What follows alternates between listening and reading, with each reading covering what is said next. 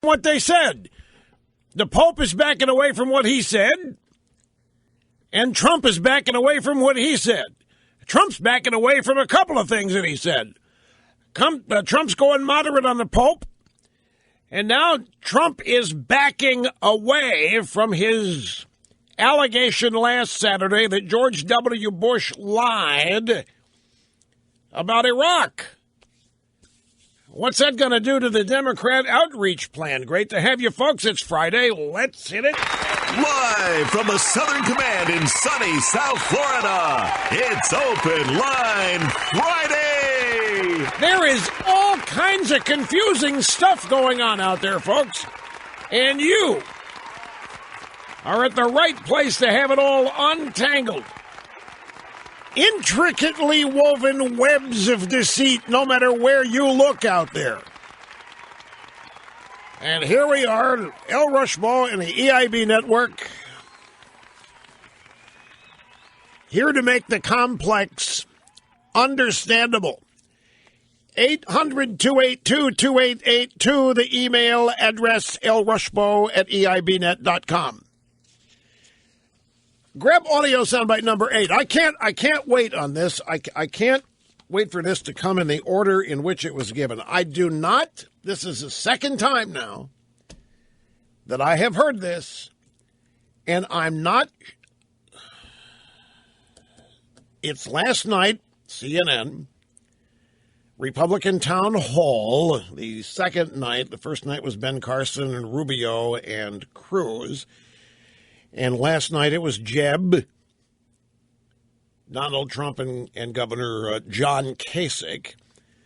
Anderson Cooper said, Mr. Trump, if Obamacare is repealed and there's no mandate for everybody to have insurance, why would insurance companies insure somebody who has a pre-existing condition? I don't believe this. Well, I like the mandate. Okay, so here's where I'm a little bit different.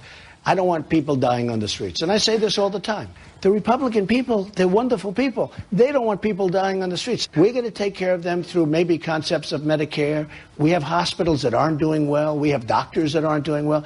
You cannot let people die on the street, okay? Taking care of people that are really, really sick and are going to die. That's not single payer, by the way. That's called heart.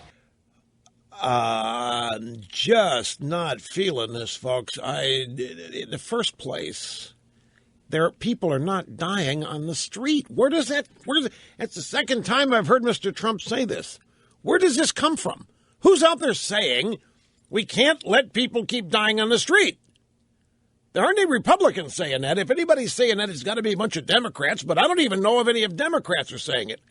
It isn't happening. So where's this coming? And I like the mandate. Now, understandably, there was a question asked here. But this is the second time that Trump has said he doesn't want people dying in the street. And I think it's the second time he's come out in favor of the mandate. Maybe not. Maybe this is the first. But here's the question. Mr. Trump, if Obamacare is repealed and there's no mandate for everybody to have insurance, why would insurance companies insure somebody who has a pre-existing? That question is exactly, that question entails everything wrong with Obamacare from premise to implication or implementation. The idea that the only way people who are it's not insurance when you cover people with pre-existing condition. We've got to call that something else. That's not insurance. If you don't have homeowners insurance and all of a sudden your house catches fire, you can't call the insurance company, hey, I need some insurance here. Too late, pal. You didn't insure it for fire beforehand. So we're not talking insurance here. We're talking about some other. Now, I know that this is a sensitive issue to a lot of people, but it isn't insurance. Words matter to me. And so the premise of this question, if Obamacare is repealed, so in other words, if the only way we've ever got people with pre-existing conditions covered is to have Obamacare, sorry, the whole premise here blows up. If Obamacare is repealed and there's no mandate for everybody to have insurance, everybody doesn't have insurance now. There's still 29 million uninsured despite the mandate. We have laws against murder, but they still happen. We have laws against robbing banks, but people still rob banks. So we have now a mandate that everybody have health insurance, but not everybody does. Some people, I don't want to pay what it costs.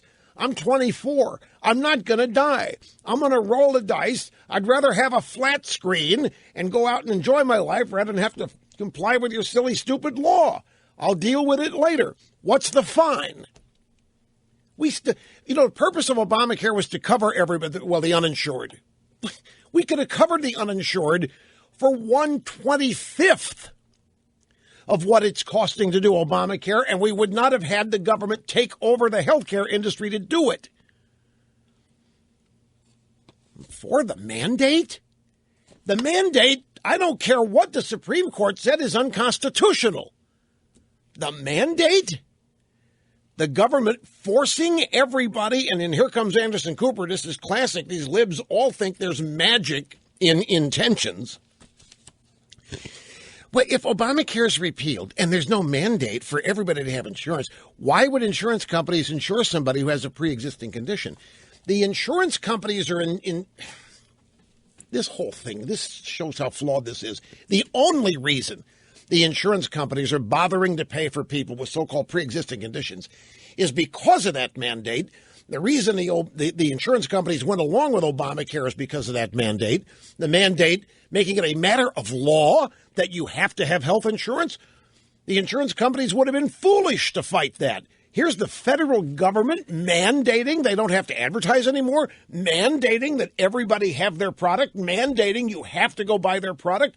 What industry wouldn't sign on with that kind of crony corporatism? It's exactly what's wrong. It's just a microcosm of everything that's wrong, the way we're going about dealing with healthcare. We're going farther and farther and farther away from market forces having anything to do with the way things are priced and what things cost. But I like the mandate, but I'm a little different. I don't want people dying in the streets. I don't get the connection between the two either. I mean, people are not dying in the streets because of lack of health care. They might be dying in the streets because of liberalism, which has brought about poverty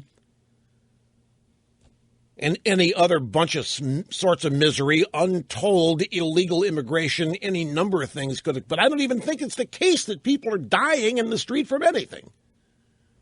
Where did this get started? I haven't seen any videotape on it. It's not happening on TV, so it must not be happening. I haven't seen a news report on some schmo dying in the street, and here's the news at 10, videotape at 10 or what. I haven't seen that. So where did this get started? And I know what it is. Well, nobody wants people dying in the street. Who's going to stand up and oppose that, right? Oh, you mean you're for people dying in the street? No, but it isn't happening. And the mandate isn't going to matter a hill of beans whether people die in the street or not, because we have the mandate. We still have 29 million uninsured.